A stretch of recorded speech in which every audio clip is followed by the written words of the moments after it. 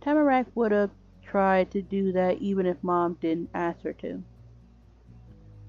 The now leader spun around to change direction and marched down the sidewalk toward the big gray house next to yours. This one? Cool.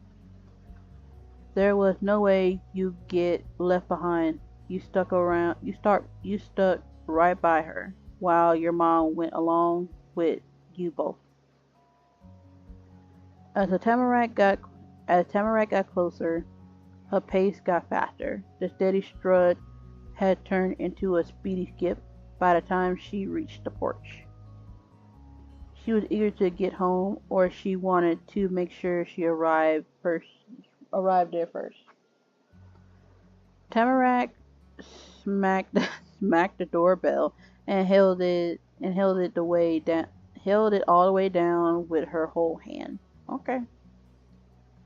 It wasn't the kind of doorbell you had to press over and over to get it to work. As long as she pushed it in, a deep chin rung throughout through the walls. I'm not gonna sing this song. Ding dong, on and on. Tamarack squeezed the doorbell under her tiny hand. It wasn't gonna stop. Your mom acted like the parent she was and spoke down to the other kid here in a reassuring voice. I think it's okay. You can let go.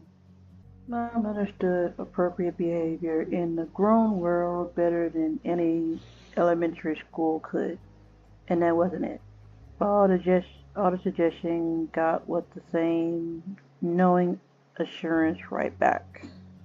Ugh. No, it's okay. What if Omi is asleep? We'd be trapped outside forever. Tamarack wasn't an adult, but it was her house, and she knew the rules. And for all you know, knew, you must have gotten to make up the rules herself. She's gotten to make up the rules herself. She was so amazing. Maybe, but while your mom softly tried to urge Tamarack to free the crush button, the bell kept going and the door opened. Your nose realized,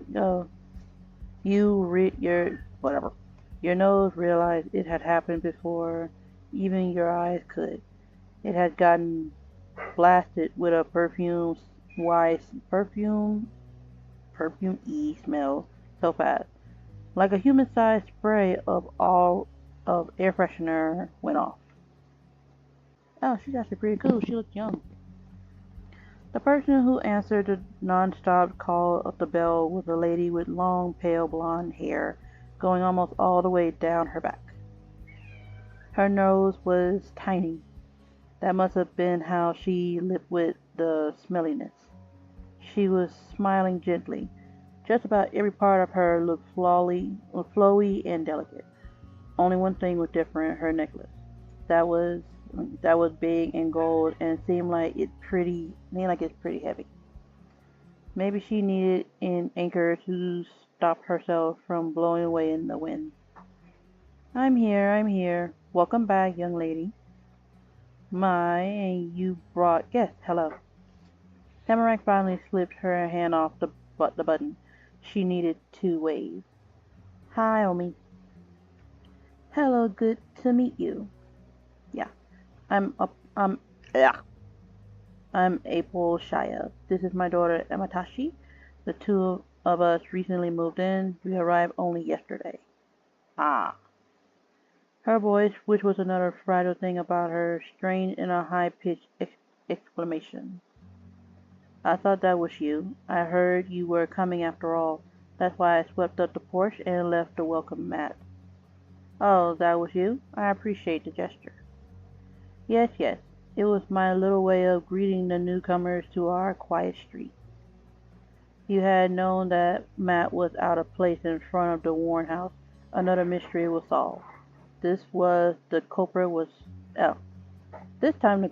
Tamarack's family member rather than Tamarack herself.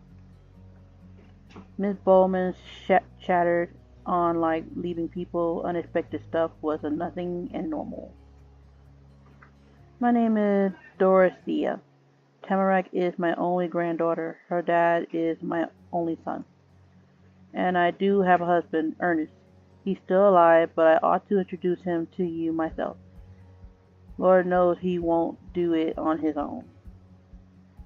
She pressed the top of her hand to her forehead, craning back. The dangles of her necklace cling against each other. Miss Bowman acted very tired.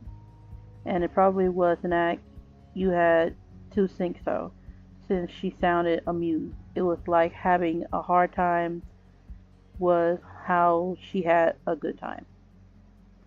If you see a crotchety old man, or crotchety old man wandering about, that's him. Don't you worry, he's not mean even if he looks it. Just remember that Mr. Bowman is more afraid of you than you are of him. It is good to meet the both of you, Opal and Amatashi. The last part of her introduction was for you and Mom. It was just towards you. Oh, it wasn't. You can call me Granny. Choices. Yeah, okay. Alright, Granny. Hi, Miss Bowman. Nice to meet you, Granny. Omi is German. I don't wanna. How come your granny, how come you're granny to some people and Omi to Tamarack? I won't do that. You're not my grandma. You stared up at her blankly. You smiled and nodded. You shook your head unhappily. Gonna say hi, Miss Bowman. It's more respectful in my opinion. Alright, can you call me Tamarack's granny then? I can't have you saying Miss Bowman. That's not fun at all. Oh well. Okay. Hi, Omi. Tamarack cut into the conversation with a sharp grin and her brows tight. She flapped one of her two long sleeves to draw even more attention. Amatashi is my best friend. That announcement caught everyone by surprise, including you, the person it was about. Miss Bowman's eyes got way bigger than you thought they could with how they looked normally.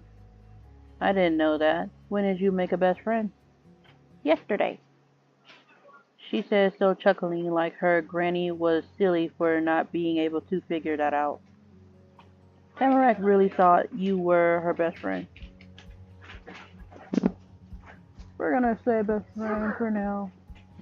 But we are just friends at this point. Choices. Tamarack was so nice. That was the best thing ever. Why would she? You couldn't believe it. That didn't make any sense. Tamarack was your friend, but you weren't sure she was the best one. That was what you thought about her too. You didn't think you deserved that. We just met, so I'm not just about to jump the gun and say we're best friends off the bat. It's sweet and all, but you gotta know, slow down. You didn't know what to do. Your mom scrutinized the difference in expressions between you and Tamarack. She didn't mention anything about it, though. Miss Bowman was so enthusiastic as her granddaughter. Oh, please come in. I insist. We need to get acquainted. No one had ever insisted you see your house before. No one has ever insisted you see their house before, unless what Tamarack said at school was counted. You guess that's why Tamarack was that confident about saying you could come over, and why she told you to do it instead of asking. Your granny had the same attitude about people visiting. That would be lovely. Miss Bowman went deeper into her home, footsteps already echoing in the closed-off space. Tamarack bounded after her. Okay, let's go, Amatashi. You and your mom were following behind Tamarack again. Though this time it was her grandma who had who had got to lead everyone. Mom shut the door after herself. The outside cold wasn't invited. Oh, this house looked like that movie. Don't know if it's controversial to say, but it seems like it. If nobody knows what I'm talking about, that's okay. Just think of a sitcom. It didn't only smell like old people inside the house. The air was stiff like it had gotten old too. A staircase went up a narrow hallway, went deeper inside. And a narrow hallway went deeper inside. Huge flowers patterned the paper plaster over the walls when you could see the walls anyway. The hall was crowded with shelves and tables, and those were clustered with more things. It was sort of like walking through a museum with all the fancy pieces to see, but it also reminded you of a storage closet that was stuffed with things you were nowhere else to. You have stuff. Okay, I gotta revive that. It was sort of like walking through a museum with all the fancy pieces to see, but it also reminded you of a storage closet that was stuffed with things you have nowhere else to put. So maybe a closet in a museum. Though you didn't know any museum or closet that had colorful candy settings in a worn silver dish the way this house did. I remember that dish. There were two kinds, bright see-through hard candy in see-through plastic wrappers, and pale taffies you couldn't see through that were twisted up in a waxy paper. Mom passed by you, not even looking at the candy bowl. The side table it sat on was much closer to your height than hers. It was right in front of your face. Choices. Mom, Miss Bowman, can I have one? Can I have a candy?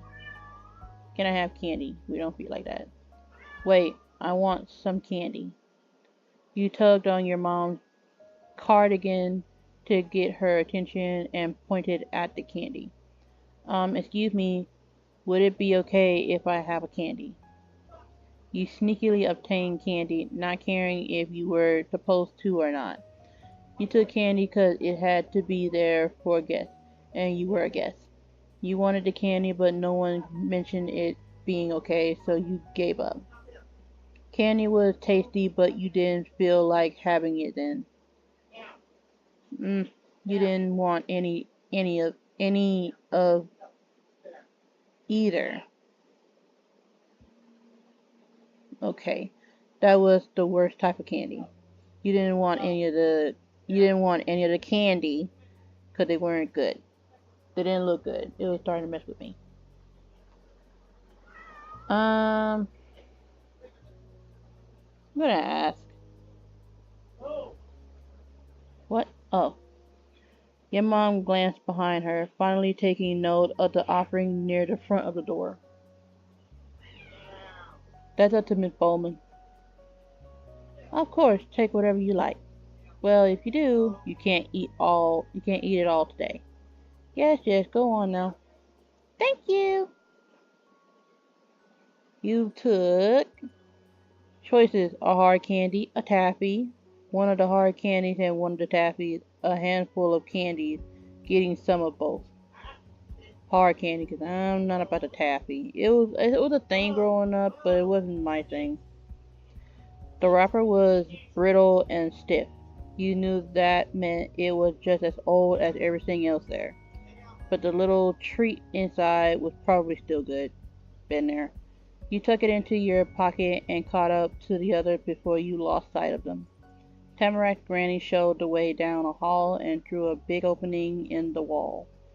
Okay, past that was the living room. Okay, looking like a little southern home.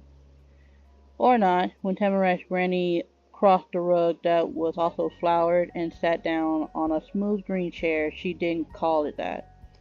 This is the drawing room. I come here and I sit on the throne and entertain our guests. You can take a seat, but do be careful. Those are antiques.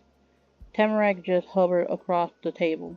Hearing adults talk was one thing, but sitting down and doing nothing while listening to it was asking for too much. Like you got us sitting in one space and we don't talk or do anything to play. So this is annoying. I think because I've been there. My grandma would fall asleep, telling us that we had to stay in the same area she was. But when she falls asleep, we just dip. So you watching something and you're falling asleep, and then here it is, we're just sitting here bored because the show that you put on is not entertaining. I think it was like Young and the Restless or Our Time. You know it's boring. You sat on the couch very carefully. Choices. You sat on the couch very carefully. You took a seat on the chair. You took a seat on the couch. Back into this after some weeks. Not gonna lie, y'all. Been weeks since the last time. I guess you all remember what happened. We're just being introduced to the grandma. Since I'm fresh back out into this, I'm just gonna take a seat on the couch. It seemed like a good place to sit, and you were pretty sure it wasn't gonna break into you, even if it was an antique. Mom settled into the couch cushion next to you and leaned against the armrest to get even cozier. No one had taken the warning about antiques very seriously. Miss Bowman didn't say anything over that, though she did go on to say many other things. The two ladies talk about each other and their kids and grandkids. Tamarac's grandma was retired, you found out. Her husband was supposed to be too, she said with a strong opinion on that matter. Miss Bowman explained to your mom how he was constantly taking on temporary consulting jobs. He likes working. And if not that, then he was being taken out for dinner. Or lunch or something else, so people could pick his brain for advice casually, even if he couldn't be an actual employee. You had no idea why anyone would say something like picking brains. It sounded so gross. It was because of that you started paying attention to the words sharing between grown-ups more closely. Miss Bowman and Mom were still talking. At this point, why do they have us do this? I'd rather go in the backyard than to hear y'all talking and y'all tell us to stay in a child's place. Look what y'all got us around. We're learning. Yeah, we're learning. It's as if these people think half the town will fall apart without him. Oh, he was in construction work. Remodeling, refurbishing, repairs. Cool.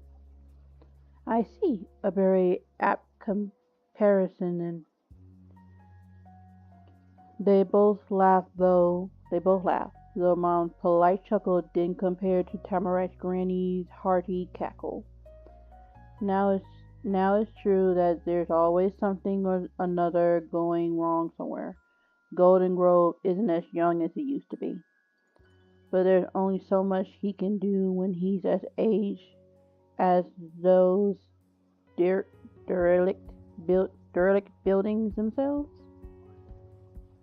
I guess they mean very old. The opening and slamming of a door followed her declaration. For a second, everyone stopped. Did Tamarac's granny's description insult the house itself? I guess. No.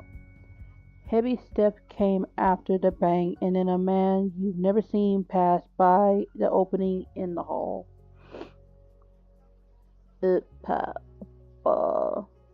One hand gripping the armrest and the other swinging out towards your mom. Miss Bowman lifted herself off the swirly patterned cushion. That's him right now. Is he angry? Tamarac's granny abruptly called out as if she caught sight of a rare animal in the wild and needed the rest of the team to get over there while they had the chance. So go to this side of the room or this side of the room. Just in case.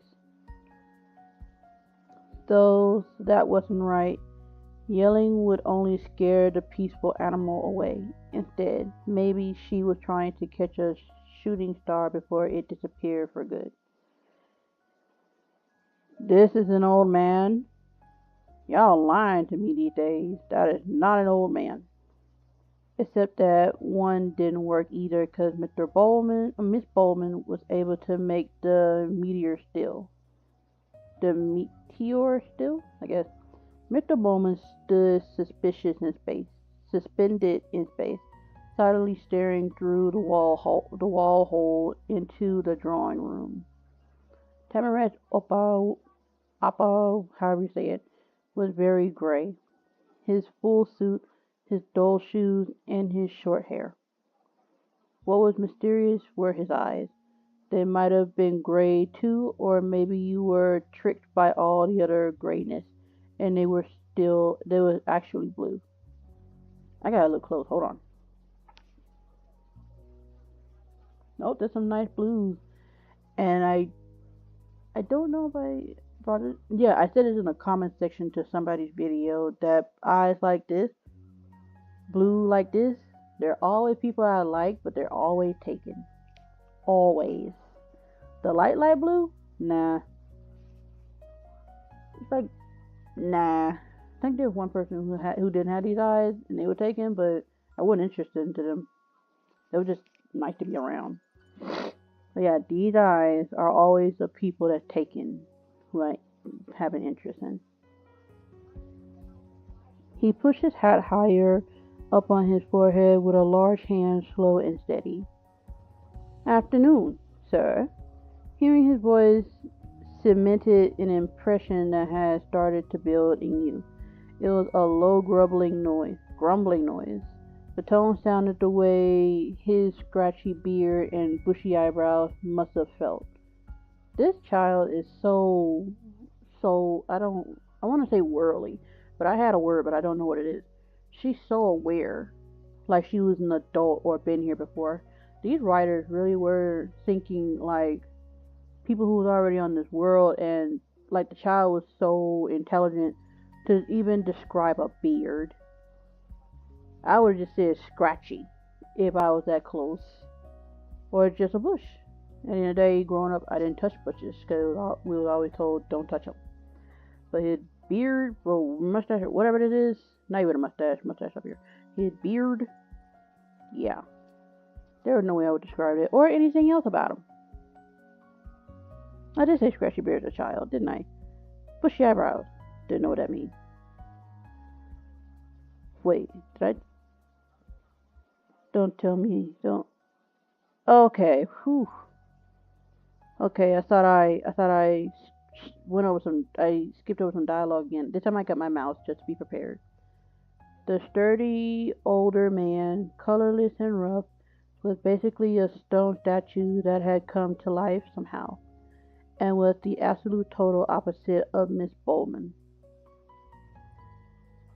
Hi, Oompa. This is Amatashi and her mom. They're the people in the other house. This actually is better now. The neighbors. Mr. Bowman mumbled briefly in response, and his eyes shifted away from the seating area. He wasn't talking about the news, but you got the impression he was thinking about it. Good day. He turned his body to match the new direction of his gaze. Fine, go ahead in your cave. We'll be here if you decide to join us after all. Miss Bowman showed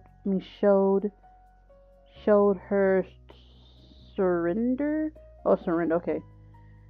Miss Bowman showed her surrender and creakily lowered herself into the chair again. Dinner will be ready in a couple of hours. You at least can't miss that.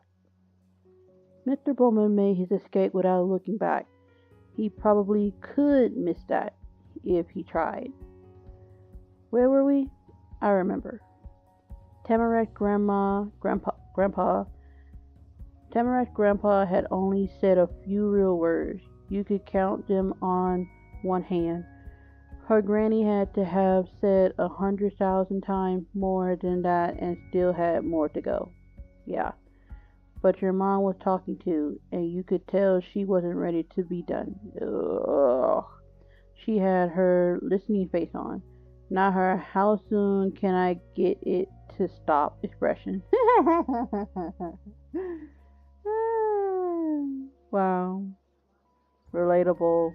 Just, I didn't know how relatable. Or I'm like a wall, I'll listen. But when will it end? To a wall, depends. It depends. Choices. You tap your feet and fidgeted in place. You just sat there quietly. You coughed from being stuck in the flowery air of the flowery house. You groaned loudly, so bored of being there. You sniffed around, wondering where the perfume smell came from. It was nice. No. You yawned, getting sleepy from everything. I will do this in a heartbeat. There's nothing interesting going on here. You perked your ear, curious about what else you find out. No. Mom, how much longer are we gonna be here? I'm not rude.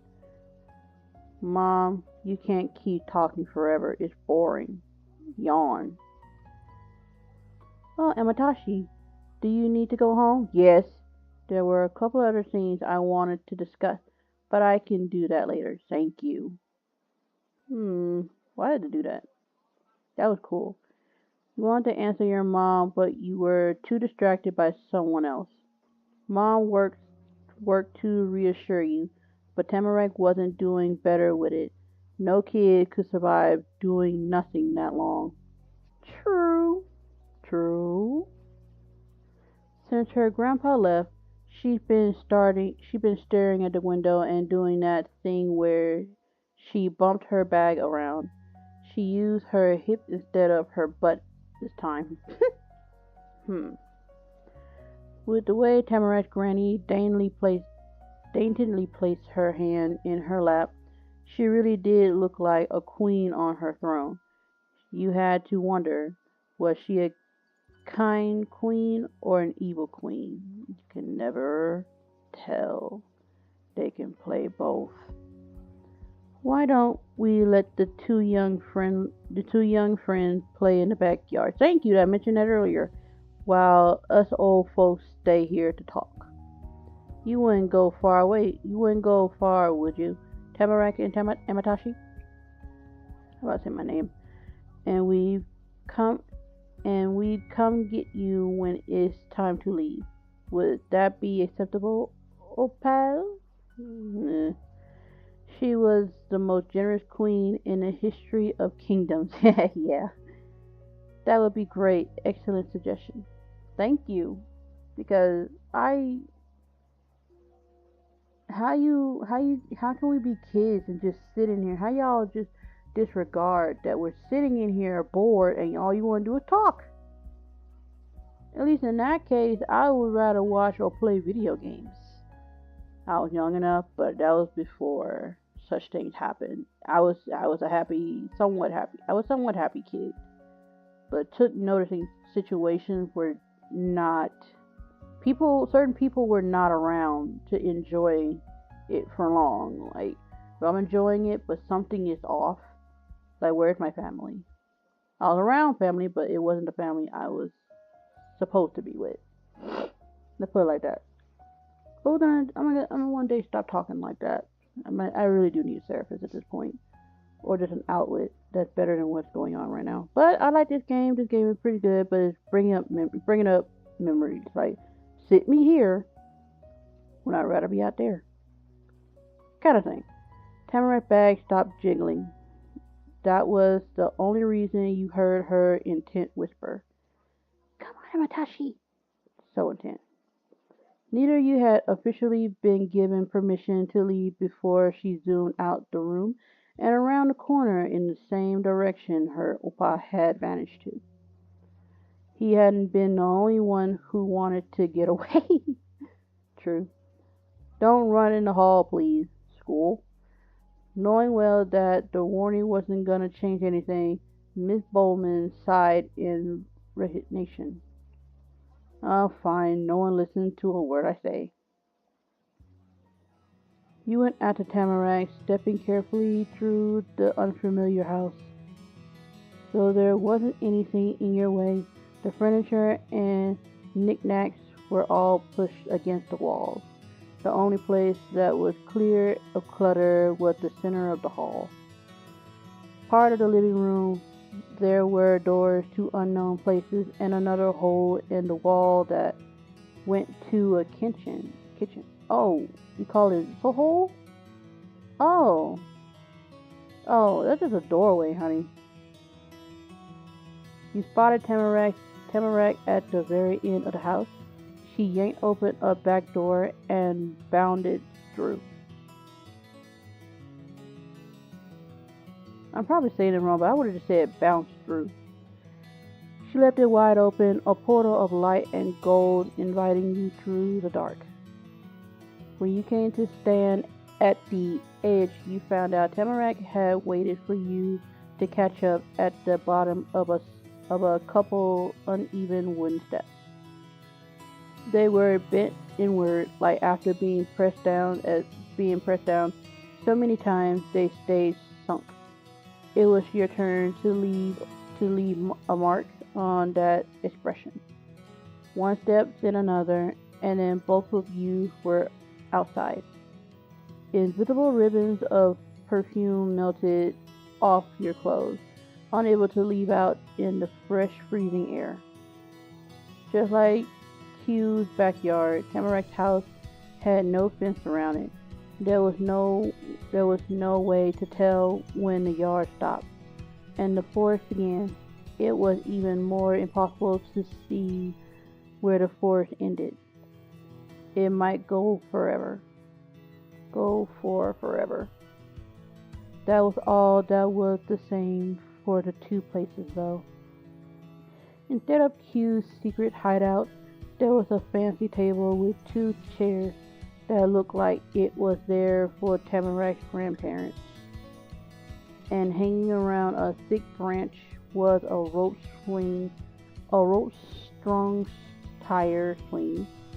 That part of the place had to be for their granddaughter. Woo! Tamarack hollered a cry of freedom and skipped down the small stone path, never touching a blade of grass. She hefted the messenger bag over. Oh, she hefted the messenger bag over her shoulder, chucked it aside with a thunk, and flung herself through the hole of the tire. Well, sheesh. All you could see of Tamarack then were her little legs kicking up in the air and her arms sprung out past the width of the tire, so she was floating. The swing slowly twisted on its rope until it brought her eager face around. Hi, Amatashi. You grinned at her and went over. Tamarack's upright legs snapped around and she plunked the tips of her boots into the soft earth below. It was supposed to stop the tire from doing another spin, except she couldn't stop it all the way. Taking my time. The turning swing twisted her to the side. Tamarack held firm, jerking futilely in the tire to center it again. But none of that meant she couldn't keep talking to you. She happily explained how it all came to be. Omi and Opa got this just for me. They're too old to use a tire swing. Choices. That's so nice. It'd be funny to see them try to. I wonder what's in your backyard. Your backyard is way better than Q's. Q's fort is cooler. You and Q have the best backyards. I love it. I knew it. That was so obvious. You stared at her amazed. You shrugged, not really impressed. You frowned. Her house probably didn't have a tire swing. Oh yeah, her house, as in us. Let's see. I'm gonna say this. You and Q's had the best backyard, because I don't know what ours look like yet. Thanks. The parade puffed her up proudly. If she got too much bigger, she might not fit inside the tire. But then she wiggled her body and dug her shoes in even harder, trying to get out. Let's play something. Choices. Wait, I can get into. Wait, I can sit on top. Wait, I can push you. Could I try using the tire swing? Okay, yes. You don't have to. I don't want to play anything. Before she could, you started to squish in with her. Before she could, you started to climb up on the tire. Before she could, you started to push the tire. You stepped back to give her more room. You just looked at her.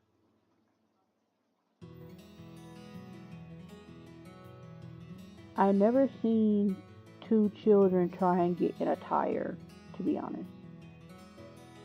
I never seen a big tire with multiple adults in it to say the gap was closed. So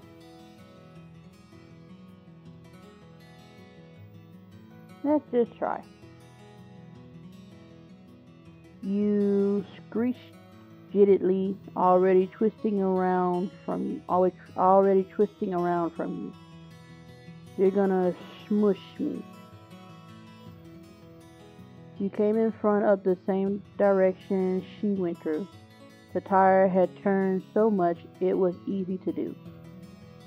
You collapsed into the loop. Really? You collapsed into the loop, kind of crushing Tamarack, but not all the way. It was so crowded, not only because there were two kids, but you hadn't remembered to take your bag off first. Oh well. Foot bag. The two of you giggled and let the tire spin you slowly, dragging your tangle of legs behind you. No matter which way it faced, you still saw each other. The excitement of the swing eventually settled. You breathed in deeply through your nose. The air stung just a little, but mostly was nice. Tamarack wasn't talking or laughing or squealing like she normally was. And the two of you were alone together. That also didn't happen a lot. If you wanted, you could ask her something you've been wondering about. Okay. Choices.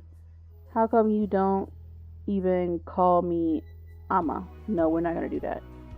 Tamarack? I was wondering why you never call me Ama. You decided not to. Really? This is really about the nicknames?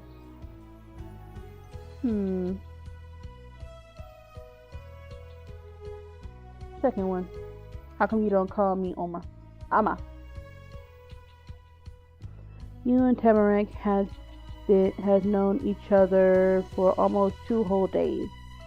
She said your name lots of time by then. You just couldn't figure out why she didn't even say Ama. It's okay if you use it. Everybody does, except my mom. Maybe you didn't remember. I remembered, but you told me your name first. That seemed like the most important one. Omi is Omi. Appa is Appa.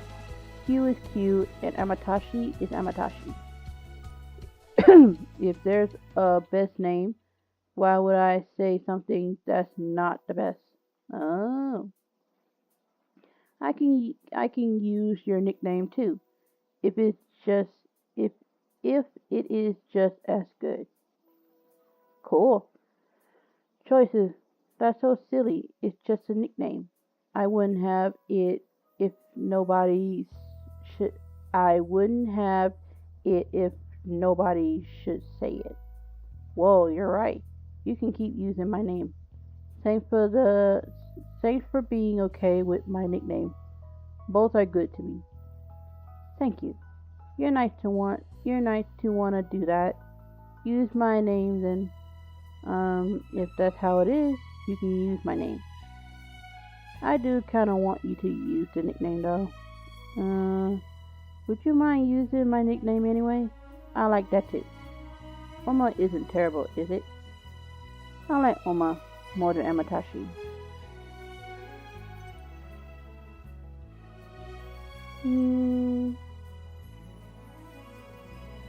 I'll say thanks for being okay with my nickname. Both are good to me. You're welcome, Ama. She said your nickname briefly, with special attention to extra prove she was good with what you wanted. You felt all warm and fuzzy having her call you Oma and do it like that. Then Tamarack wriggled around again. It bumped you and made the tires swing even more. But she wanted out. Makes sense. You both pushed against the rubbery walls, encasing you and each other until together, you slipped out backwards and landed on the grass in a big lump. Tamarack immediately Tamarack immediately sprang to her feet and began to move further away from the swing. Something was happening, or was about to happen. You stood up too and went after her. She pressed her fisted hands into her hips and spoke without turning around. Tamarack's hair fluttered animatedly with each word, because she nodded while talking. That made it look like a fluffy gold sheep was the one saying it. Cool. We better start soon. It's gonna get dark. Start what? Finding some good stuff. We're gonna put it in a pile. There's a lot of it out there, you know. Oh, you talking about cleaning? Yeah. She reached down to collect her big bag, hooking it through her shoulder like normal. That's when she turned around and you were faced with Tamarack herself instead of the sparkly lamb side of her. Have you been to this place before? Not to this town. I only came here when I moved yesterday. Oh, so many choices. But I'm from blank. It's not far at all. But I'm from blank. That's pretty close. But I'm from blank. So it's not nearby. But I'm from blank. It's really, really far away. Though blank, where you used to live, wasn't far at all, you thought. Though blank, where you used to live was pretty close, you thought. Blank, where you used to live wasn't nearby, you thought. Blank, where you used to live was really, really far away, you thought.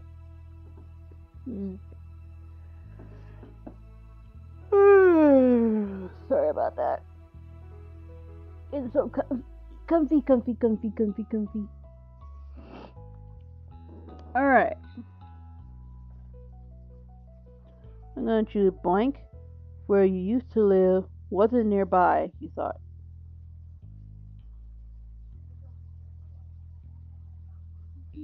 I hope this is not copyright. But what is it? I'm gonna call it Golden Grove.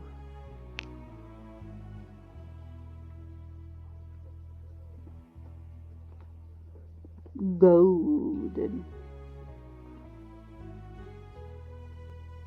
Okay, because what I was really thinking, it was from a book I read. So Golden Grove. I wanted to call it something else, but like I said, it might be copyrighted. But since I don't remember it fully, it's fine. Cool. Bumped it. Oh, never mind, it changed. But I'm from Golden Grove. It's not far at all. But I'm from Golden Grove. That's pretty close. But I'm from Golden Grove, so it's not nearby. But I'm from Golden Grove, it's really, really far away. Though Golden Grove, where you used to live, wasn't far at all. You thought. Though Golden Grove, where you used to live, was pretty close, you thought. Golden Grove, where you used to live, wasn't nearby, you thought. Okay, I chose this one. Golden Grove, where you used to live, was really, really far away, you thought. So I chose the Golden Grove, where you used to live, wasn't nearby, you thought. That's alright. I can tell you about it, the outside and everything. All the forests in the world are different, and some places don't even have forests. This one is great, 'cause there's mushrooms and rose hips and acorns and great rocks and more. I can show you good spots to find things since you're newer to this forest than me. Choices. Wow, thanks. I don't want any of that. I'm never gonna find anything.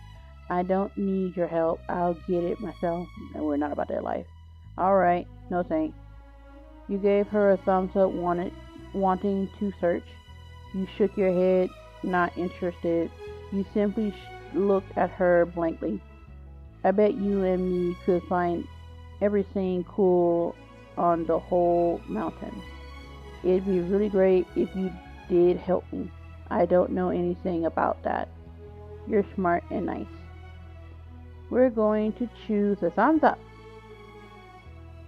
Woo! Get looking right away. Yeah. Together, you and Tamarack began your treasure hunt at the edge of the forest. In bushes, at the base of trees, under rocks, across low-hanging branches, around fallen logs, nothing was left unexamined. When Tamarack found something worthy sharing, she placed it in the widest flattened stone. Oh, she placed it on the widest flattened stone in the path. That was to keep her fingers free to do more collection. When you discovered something you wanted to take with you, you placed it on the table instead. Your piles grew rapidly as the two of you dashed back and forth from the clearing near the house and the wilderness a few feet away. Your piles grew rapidly as the two of you dashed back and forth from the clearing near the house and the wilderness a few feet away. Just like in class, Tamarack was fully focused and squinting hard, I guess. Yeah. You only ever stopped snooping to rub her tattered sleeve ends into her eyelids, then kept going. Oh, she only ever stopped snooping to rub her tattered sleeve into her eyelids, then kept going. Does she have itchy eyes? She will soon. Maybe dirt was getting in her eyes with how close she kept getting to the ground. And maybe bits of twigs too, since she wasn't afraid to shove her head into the brush. She needs glasses. Leaf did get stuck in her hair, same as the first time you ever seen her.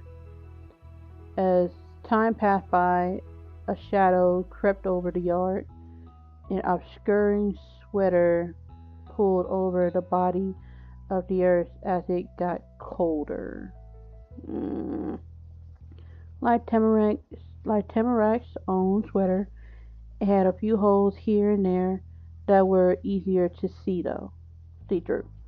You and Tamarack were focused to limit your search to those rare spotlights. It wouldn't be possible to keep doing it for much longer. You glanced over at her. Tamarack crouched in her grass Okay, I said it right. I don't know why I paused. Tamarack crouched in the grass, encircled by darkness and trees.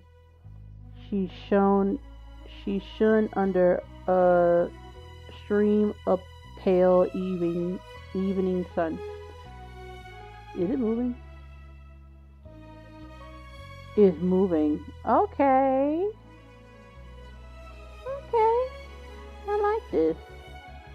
I like it a lot. A few strong rays hit her back, giving the illusion of golden fairy wings. Cool. Seeing her there that way made so much more sense than when you saw her in school or her grandparents' antique house. That was what was natural to Tamarack, being in nature. Even her name was a kind of tree.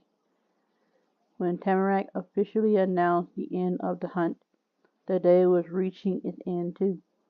That was probably the only reason why she was stopping. You didn't mind stopping either. Your treasure pile was already big and varied. All that was left to do was gather it up. That was easier to think than to do. You struggled to get each one of the small, mostly round valuables into your bag, your grasp. Tamarack couldn't scoop everything in her hands at one time. Pebbles and rosehips rolled out of her grasp and off the stepping stone. That like food. Sorry. That was close enough for an important kid. Tamarack brushed over to show you what she managed to find and carry. This is what I got. She nudged her hands full to bursting with wonderful things even nearer. An acorn dropped to the ground. Here, take whatever you want. But that's yours. I already have a lot of that. I know. You have your own for yourself. You can take part of mine so you also have something to give away. Or maybe you want to share what you got and keep the ones I give you. Something like that. You can share with your mom or my Omi and Opa or anybody. That's the most fun part. Oh!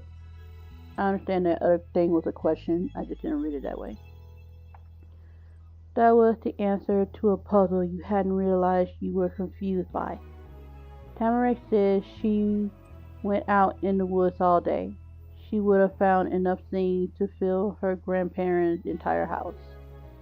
Her granny would definitely not like that. She needed room for her own clutter. That was never a problem because Tamarack didn't hold on to the collection herself. She spread it out to everybody. Choices. Thanks, Tamarack. I think so too. It's nice to give people presents. You're wonderful. That's kind of weird. I'll take some of yours, but only if you take some of mine too. Okay, but would you want anything I have? I want to share with you too. I still don't want any of yours. You can give that to somebody else. It's okay. I don't need it. You folded your arms, certain you didn't want it. You brought your hands toward her too, ready to accept the gift. I can do the same in return. I naturally do that anyway sometimes now. Okay, but would you want anything I have? No, I'm going to say it, but only if you take some of mine too. The exchange couldn't be done smoothly. Neither of you had free hands to pass or pick up the presents. Tamarack settled for dumping part of her pile over the stuff already in your right hand. Then you shook some of the some of the finds in your left hand, into her palms. When the trade finished, you had almost exactly the same amount of goods, but it didn't feel the same. You knew that in one hand you held the treasure you found with your own effort, and in the other hand were gifts from your friend. Both were important for different reasons. Still grasping a loose collection of forest vines, Tamarack marched off to the side, out of her backyard and into yours. Okay, we are that close. Choices. You went after her curiously. You went after her unsurely. You went after her frustratedly. Where are you going? Wait for me. Tamarack, we can't go far. Hey, that's my backyard. You can't go there. You watched her go, worried. You watched her go, uncertain. I question where she's going. Tamarack flipped around. She leaned towards you to put her whole body into the call. It's okay. I'm just going to Q's house. Come on. Oh. She's already resumed the advance across your lawn before you had a chance to react. Wow. Choices. Oh yes, that's a great idea. You chase after her. Well, I'll do it. You tiptoed after her. You went after her nervously. You went after her, now excited. You went after her begruntingly. I'm staying here. No, I don't want to go to Q's house. Don't blame me if you get in trouble. You can't go into Q's backyard without asking. You didn't take one step. Nope, excited because we're going to see our friend. You went after her, now excited. You and Tamarack crunched through the long grass and a million leaves.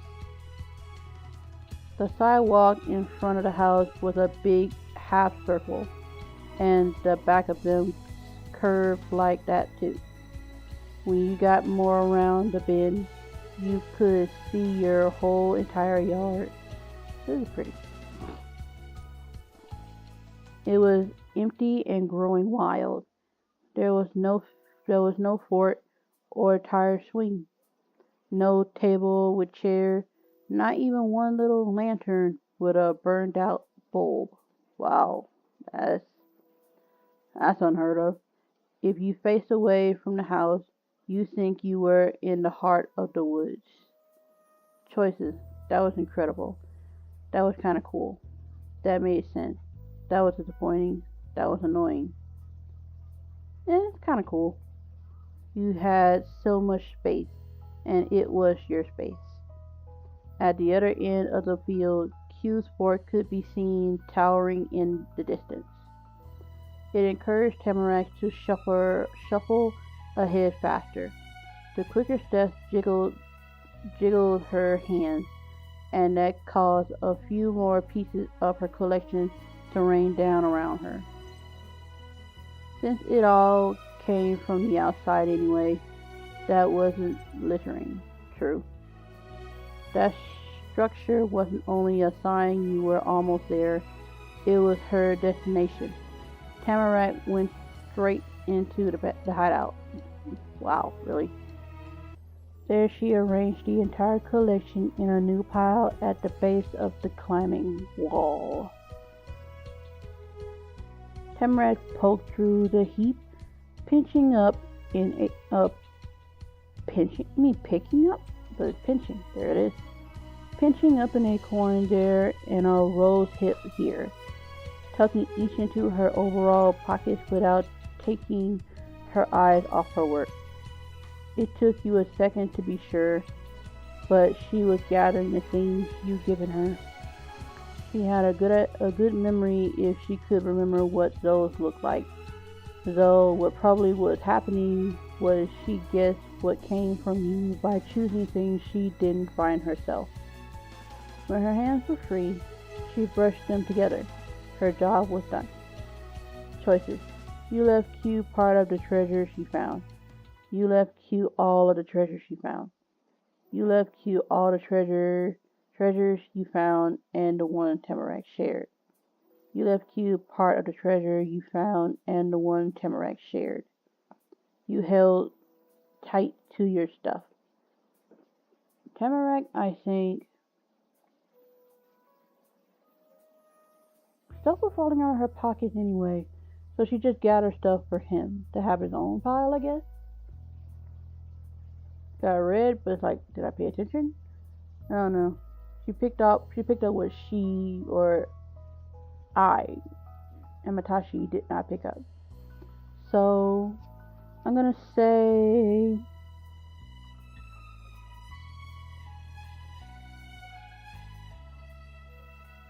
because Tamarack and I already exchanged gifts, so that wouldn't be right. So I think she already included her part. So I'm gonna say you left Q part of the treasures you found. The presents you left for Q was carefully selected. You added each one to the group, making the collection seem even greater.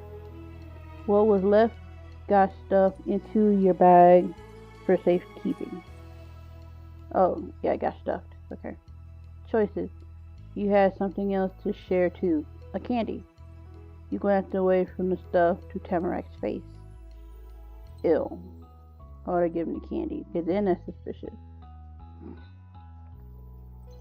There was nothing left to do then, and that's when Tamarack spoke for the first time since you'd gotten to Q's yard. Let's go. Q's gonna be home before dinner. He could catch us. Or his parents might see us. I've never talked to them. Who knows what they do? True. Time to go. A thrill tingled over you, and you nodded. Right. You fled the scene of the crime. Or was it a crime if you believed new things instead of taking their stuff? It didn't matter. You weren't gonna find out. Sure wasn't. The two of you went around the bend in a sprint. Kicking up a swirl of leaves behind you. Not you or her looked back. Tamarack got past the stone pathway, like it was the finish line to a race, and crumbled into the grass, laughing. But the giggle turned into achy yips once she landed all the way down. Ow, ow, ow! I fell on the rocks in my pocket. She laughed some more and owled more too, each one taking its fair turn. Are you sure? Or is she okay? I'm not sure. Tamarack rolled off her side to settle on her tummy. She squished her big cheeks against her little fist, and she kicked her feet in the air. The rubber boots flopped around on her feet. She looked up at you. Her smile puffed at the sides like it had a lot. It was an invitation to join her below. You did, sitting carefully on the cool lawn in front of her. Q cleaned up trash, and now he's gonna get a surprise from the forest thanks to us. Even though the two of you were on the ground, your moves were as high as the sky. It was so cool and weird that you were playing in a friend's backyard. When did that happen? How did it happen? You moved into this town. Tamarack sprung out at you, and you pretty much been together since. Even your brains had gotten in sync, because Tamarack started talking about the same thing. Amatashi, out of all the friends I have here, you're the best one. It still surprised you that she said that. You heard it before, a long time ago, when you first came to her house. If she was gonna say it again, you figured it would have happened way before, but she wanted to do it then. She kept going. We came to the same exact neighborhood, almost at the same time, and are the same age. You have fun outside, and I do too. I've never even met a friend who was just like me. That's important. That's serious. Tamarack had started shouting, then sucked in the loudest with a breath, and what came out next was low. You had to really listen to know. You and me are gonna be friends forever. Those words were something more than a regular promise, more than a pinky promise too. It was a swear. Wow. Not the bad kind of swear though, I knew. Choices. You're my best friend too. Best friend forever. It made you way too nervous to think of her that way, but that was nice of Tamarack.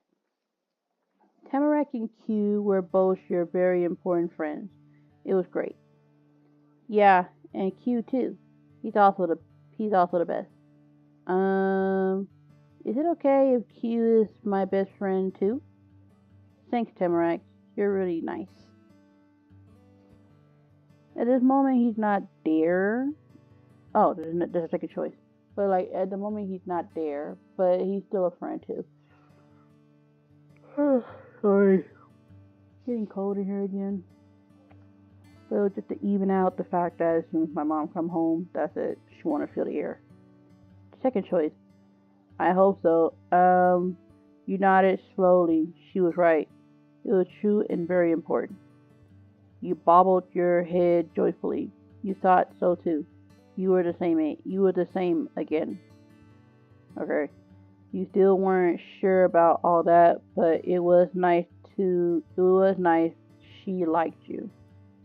You didn't know what to say or even do. It's kind of still like she chose Amatashi, me, as a best friend just off the rip because I'm starting to think she doesn't have a lot of friends, but she does have friends. But how many could be on a level like her?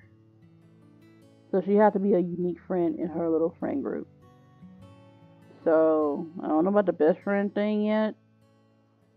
Because, I don't know, people start calling each other best friends so early in the stage of making friends. I never had that. Therefore, I don't know. We could be friends, but best friend, not sure about that. I think this is an inner thought, so it's okay. Tamarack and Q were both your very important friends. It was great. The swing, the searching, the secret trip to Q's house, each were complete, and at that point, you were pretty sure Tamarack's final plan was to stay right there until grass grew around her. Muffin. Choices. You started eating your candies. You offered some of your candy to Tamarack. She already gonna have some sitting in the house. You patted the pocket where the candies were. And offer her some candy anyway. Hey Tamarack, I've still got candy from your house. Do you want any? Oh, that's okay, I told you. I can get candy every day from the bowl. You only have it right now. You gotta eat them. Thanks though. You're so nice. Okay. Choices. You started eating your candy. You didn't feel like eating candy even though Tamarack thought you had to. It was that moment when a door cracked open and two smile faces looked over the yard. Your mom and Tamarack's grandma came to get you. It was hard to imagine they really spent that whole time sitting in the living room, right?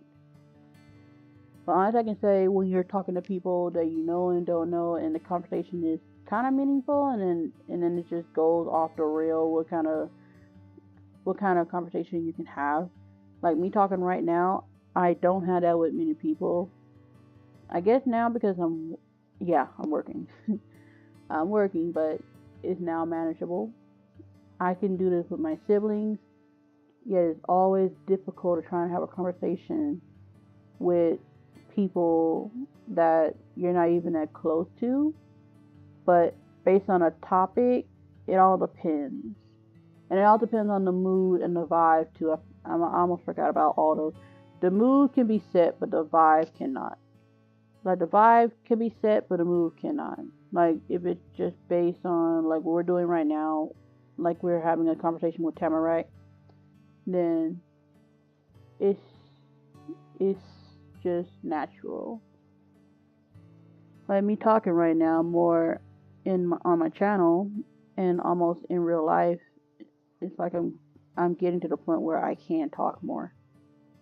But it all just depends now. Now that I know that you can talk, but not for a long time, depending on the aura of another person or just the overall environment for where we are. I can be in a kitchen, or I can be in my room playing games. And it'll always be I either start a conversation and it ends just as quick as I started it, or someone can start a conversation, but because I have limited knowledge of what we're talking about or experience, then it ends. And at that point, I don't feel bad when they have more friends they can talk to with the topic that I cannot go prolonging for. So like her mom, Tamarak's mom, grandma, and Amatashi's mom, they can talk all day. That's how I feel with my siblings at the moment.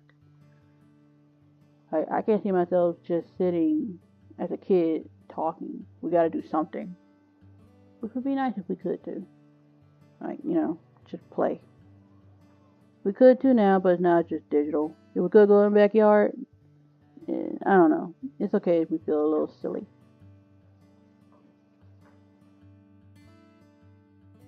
Hi, Amatashi. I'm sorry to interrupt, but we got to get going. Aww. Bye, Amatashi. I'm gonna stay outside. Okay. Sending a smile to Mom, you push yourself to your feet. Bye, Bye, Tamarak. Miss Bowman didn't even question Tamarak's remaining laid out in the grass. She left her granddaughter there and guided her guests in through the back door and up to the front one. Okay. Nice stairs. Looking like a movie. Why couldn't you have gone around the house instead of through it? That's what I was thinking too. It was too late to tell them that because it was already done when you realized it. And that sucked. I mean, we already doing it. It's like, but why couldn't we go around the house? Miss Bowman stepped at the entryway, opening the door and fitting herself into a rare opening between the furniture to clear the path. Your mom kept going just past her and orderly. On the porch, Mom halted and turned. The hostess had moved to stand in the doorway so they were face to face. It was so good to meet you two. I'm sure we'll be seeing each other often. Good day. Of course. Goodbye, and thanks for the talk. Miss Bowman nodded kindly and slowly pressed the door forward. Mom waved until she was doing it to a plank of wood. The door was shut. Then she let her hand drop and talked to you. Busy day, huh? But that was good. The words went high, a sound of relief, instead of low, which would have been real contentment. Instead of just something good happening, it was more like when you avoid something bad happening. Really. That was still good, but in a different way than if nothing had been at stake. Time to go, does she know? Except before you left the Bowman porch, something made you stop in your tracks. There was a stranger strolling into the cul-de-sac, rolling a bike along with them. It was almost as long as the person was tall. The sight had a totally different impact on your mom. It pulled her forward. Oh, it's Mr. Lin, the dad. Mr. Lin, like Mr. Quillen. That was, Cullen, like Mr. Cullen. That was Q's dad, probably. It could be an uncle or a way older sibling. Who knows? Oh. Okay, I understand. He wore a he was a pale green sporty jacket. Oh, he wore a pale green spotted sporty jacket. God dang it! And also a nice black dress pants. His hair was super neat, but styled in a fun way that most grown-ups didn't have. That kind of introduced him to you without needing to say a word. Mr. Lin, whoever he was a real professional, but not all strict about it. Cool. Though, wait, why did your mom already know that? How do you know him? What? We talked about him many times, and you know Q. That's his dad. Really? Dad looked hella young. Okay, Q's dad it was. That didn't answer your real question. You racked your brain for the past conversations your mom was talking about. Nothing came up. Yeah, I know Q, but I never heard anything about his dad. Confusion screwed up her face. Some of the mom or mine. Oh well. She was she was just as convinced that you knew as much as you were sure that you didn't. Wait, that's right. Suddenly, she laughed and pressed a hand to her cheek. I never called him by his name to you. It's the real estate person who helped us find our house. Oh. Memories of mom pacing around in her old apartment, getting excited whenever the real estate person could call with news, played behind your eyes. Really good memory. That was Q's dad on the other line that whole time. The whole time, not that. I've seen his picture. He has a website, and we chatted over the phone. Yesterday was the first time we met in person. That's who I was waiting for to get our keys from. We arrived extra early, and he couldn't break away from some other appointments until the evening. You glanced away from your own parents to Q's. It was easy to see how the two were related. They both looked really pleased with themselves and the whole world, even when nothing has happened. Q and Mr. Lin both like bikes too. Yep. When you turned back to Mom, she had a huge encouraging smile on her face. Let's see him over there. It'd be hard to move the bike for him to come to us. Mom's attention was split between gesturing Mr. Lin to stop and getting you to go with her. One of her hands went up, the other went down. Hello. This is his dad? Yo. Okay, my characteristic might be coming out in this whole gameplay. I mean, it's not even a gameplay, it's a freaking demo. This whole thing is a demo, and it's taking up 9 hours to me. It feels like 9 hours. Don't get it twisted for me. Q's dad reined in the moving bike and stood in place. Next, he waved. Hello, Miss Shia. What a coincidence running into you out here. Good seeing you again. It's nice to see you too. This is my daughter, Amatashi. So she's the one. Hi, Amatashi. Your real estate agent folded his arms and tilted his head again. The hair in front of his face fell away, letting you see him clearly. This is a big moment. I can finally introduce myself after hearing so much about you. From your mom, of course, but Q's had his own contribution. It felt like meeting a celebrity in person. Oh yeah, Q told you himself. He talked to his parents about what happened yesterday. Mr. Lin knew things about you from 2 different people. Choices. Hello, Mr. Lin. Hi. Hey, are you the real estate person? I am famous in this town. Everybody is amazed to meet me. It's not that big a deal. What did Q tell you about me? You questioned eagerly.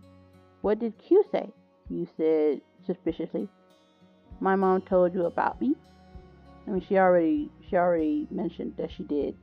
The son definitely did as well. So let's just say, hello, Mr. Lin. You're so polite, said Mr. Lin, adjusted his glasses and the topic of conversation. Welcome officially to the neighborhood.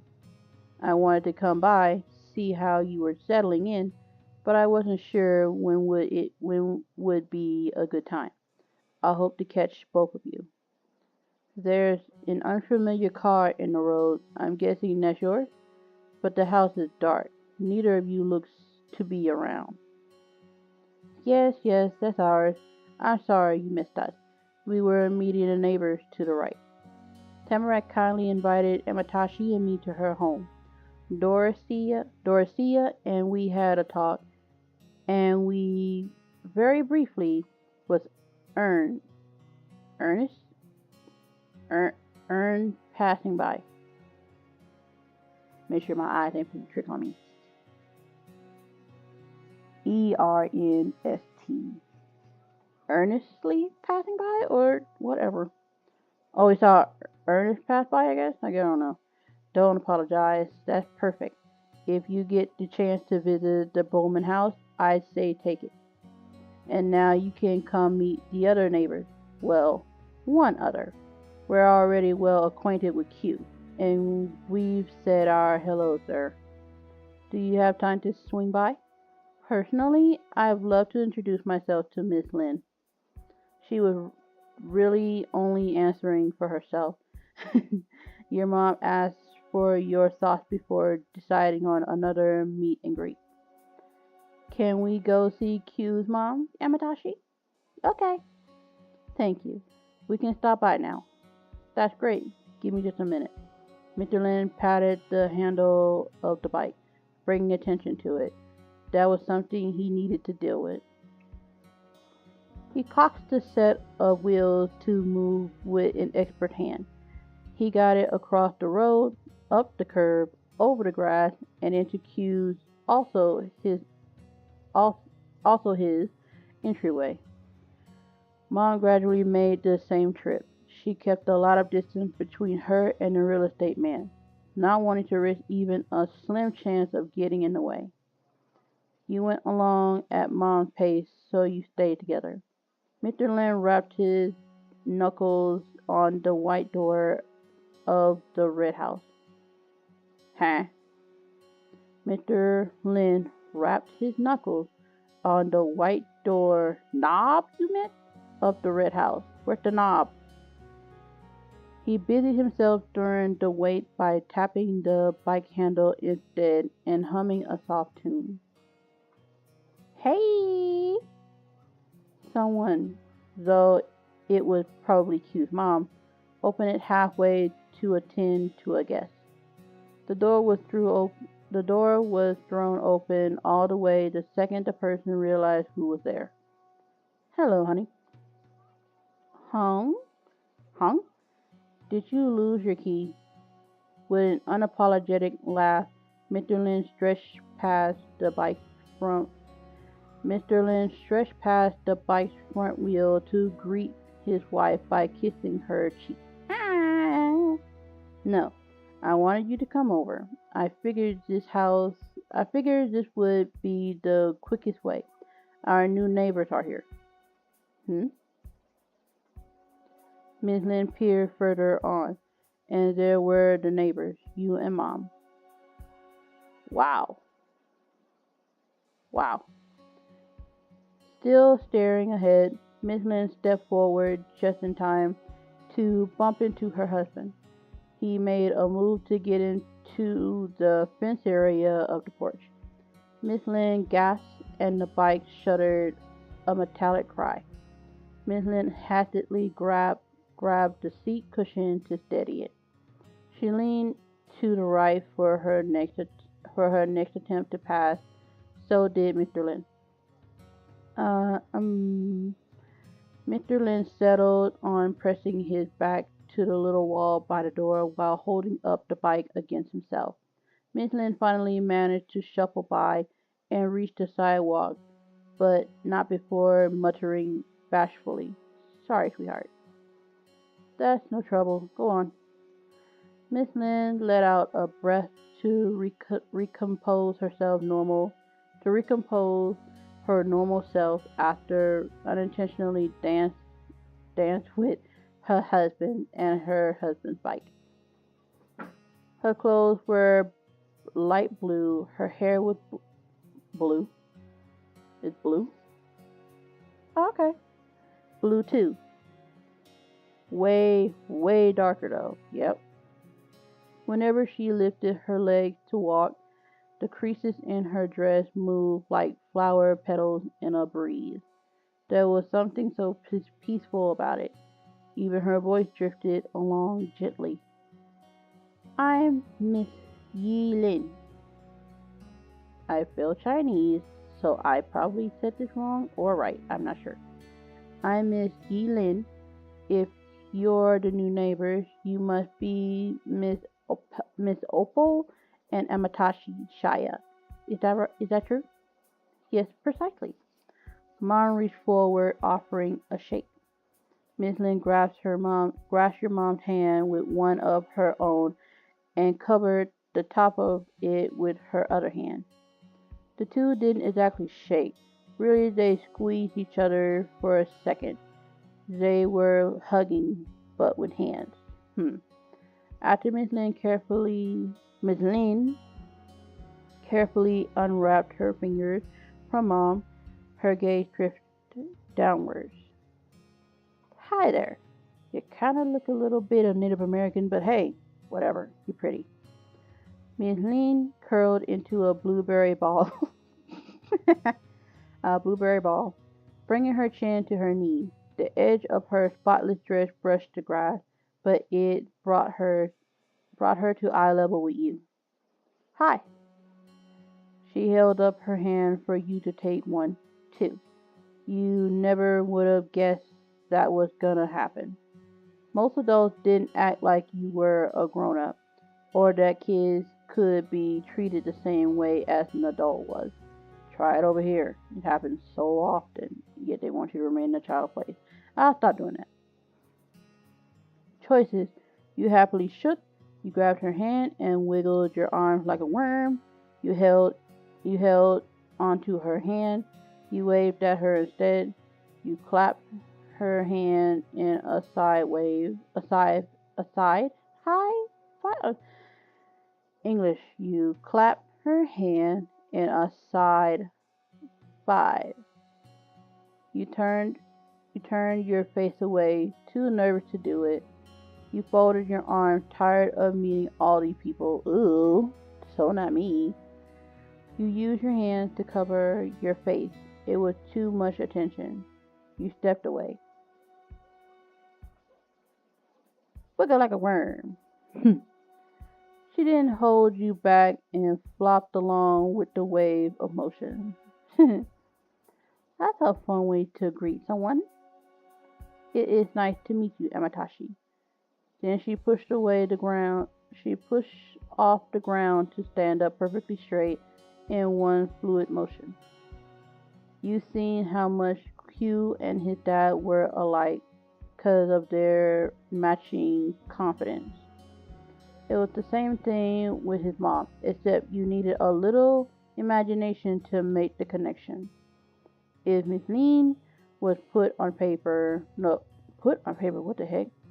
If Miss Lin was put on super ultra fast forward, it looked a lot like how Q treated people. But now you've seen everybody who lived on the street, plus some extras. All the other kids were about your age or 2 or 3 years older. For the adults, it was a lot trickier to put together ages, except for Tamarek's grandparents. They were absolutely the most old. But when it came to non-grandparent grown-ups, 2 of them could be seen years apart or have a 10-year difference with almost no way to tell. 10 years was the length of your entire life. It was possible to imagine having that much time just being an adult. Your best conclusion was that Miss Murray was probably would probably be the youngest grown person, and your mom and Q's parents were somewhere in the middle. You wonder how your mom felt finding out there were two people around her age, maybe, in her neighborhood. Was that a big deal to adults too? Was she gonna make friends with them like you did with Q's and Tamaracks? Could someone her age be friends with someone who had been around as long as Tamarack's granny and Mr. Bowman, or did that not work? Grandparents were double adults, super adults. Mom kinda acted like they were regular grown-ups, as respectful to them as kids had to treat her. But one way or another, Mom was gonna have to make a life in Golden Grove. Wait, I said Golden Grove. God dang it. So I really lost memory that this place was Golden Grove. I should just call it a Goblin Grove or something. I don't know. I'm just kidding back. It's the same name. It's the same name. So it's gonna look weird. Along with these people too. I'm gonna revise that. But one way or another, Mom was gonna have to make a life in Golden Grove along with these people too. I'm sorry to be the last one of my family who came to meet you in person. Don't worry about that. Hong had a huge advantage, all things considered. Your mom quirked her lips good humorly.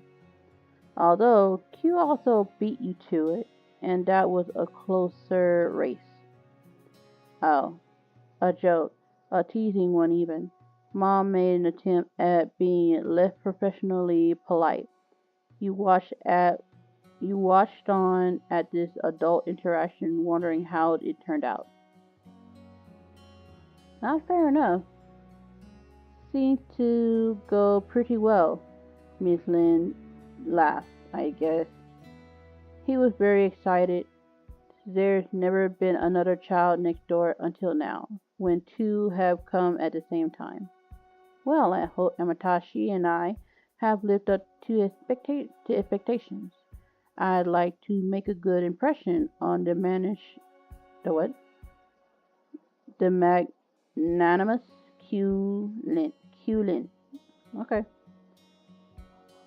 Y'all are great. The other Mr. Lin came over and joined the conversation, showing off his now free hands with a shrug. He had gotten the bulky bike into the porch jail behind the mailbox so he could stop pulling it around for a second.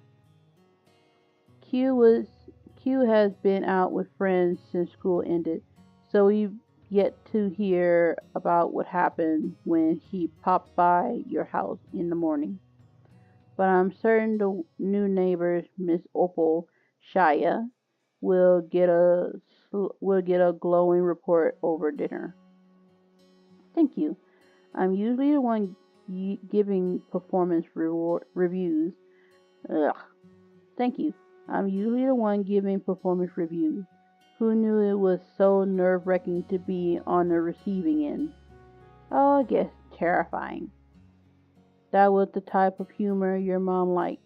Dealing with people was her whole job. She could play pretend that it was something challenging. You didn't know Q's mom well enough to be sure if that was also a joke, or if she meant it seriously. But you guessed anyway. She sounded actually scared of the idea. Plus, Mr. Lin went for an earnest answer instead of messing around. He had to know best. You ladies have nothing to fear. No one is going to give you a failing mark. Trust me. And I can already report that my son is entirely fond of your daughter. Now that is wonderful news because my Amatashi is just as attached to your boy. That was right. Q and you were already great friends.